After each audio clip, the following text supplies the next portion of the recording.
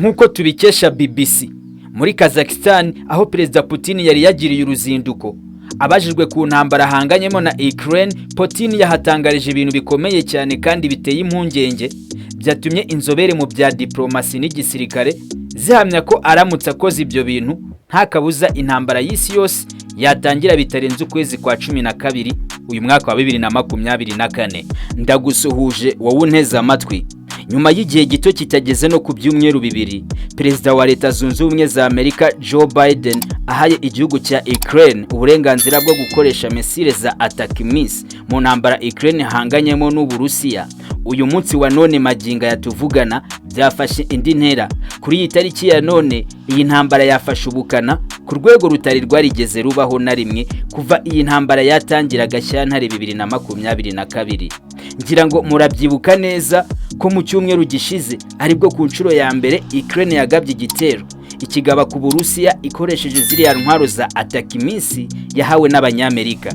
Icyo gihe Perezida w'Uburusiya Vladimir Poutine mu burakari bwinshi cyane yahise atangaza ndetse anashyira mu bikorwa ikoreshwa rya misile karahabutaka, avuga ko agiye guhana yihanukiriye igihugu cya Ukraine kubera ikosa cyari gikoze byo kurasisha misile za atangaje ku Burusiya.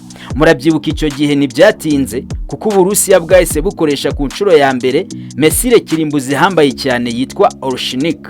Uburusiya bwayirashe mu gace kitwa Dnipro muri Ukraine ndetse bikaba byaranavuzwe ko iyi misile yahangije mu buryo bukomeye cyane bitewe n'ubukana burenze iyi misile ikoranye. Ubundi bivugwa ko iki gisasu gishya cya Orshnik ari igisasu gifite umuvuduko w'ubukana burenze cyane ndetse Ukraine ikaba idafite ubushobozi bwo kuba yagipfubya igihe kirashwe. Kuri ubu rero ikigezweho ni ibintu bikomeye Perezida w'Uburusiya Poutine yatangaje ubwo yarari mu ruzinduko rw'akazi mu gihugu cya Kazakhstan. Wakwibaza uti rero niki Perezida Poutine yatangaje? Perezida Poutine yatangaje ibitero bikomeye cyane bishobora gusiga bishyize hasi burundu igihugu cya Ukraine muri iyi ntambara biramutse bigiye uko Poutine ari kubiteganya.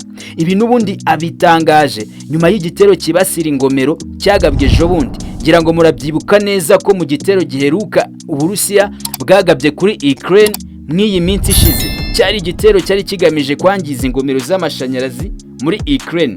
Ni igitero cyagabwe hakoresheje misile na drone zigera mu 180 zangiza imijyi igiye itandukanye harimo n'umurwa mukuru Kiev.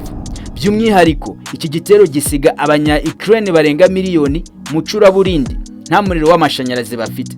Poutine rero yahishuye ko ubu ngubu ibitero bitahiwe ingabo z'Uburusiya zishobora kugaba isaha ku saha ari ibitero biraba bigambiriye kurimbura ahantu hose hitwa ko ari ibiro by'ubuyobozi muri Ukraine.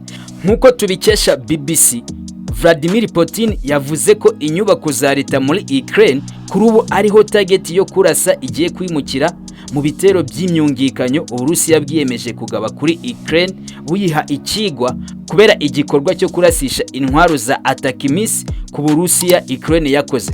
Ikindi naba nkubwiye nuko Minisitiri w'Ingabo w'Uburusiya yagiriye uruzinduko mu gihugu cya Korea ya ruguru aho nubundi bivugwa ko ari uruzinduko rugamije gukomeza kubaka umubano Uburusiya bufitanye na Korea ya ruguru, cyane cyane umubano mu bya gisirikare, dore ko Korea inaherutse kohereza inkunga y'abasirikare barenga 10,000 bo gufasha Uburusiya mw'iyi ntambara buhanganyemo na Ukraine. Uburusiya nabwo bukaba buherutse guhereza Korea ya ruguru intwaro zifashishwa mu kwirinda ibitero bya misile.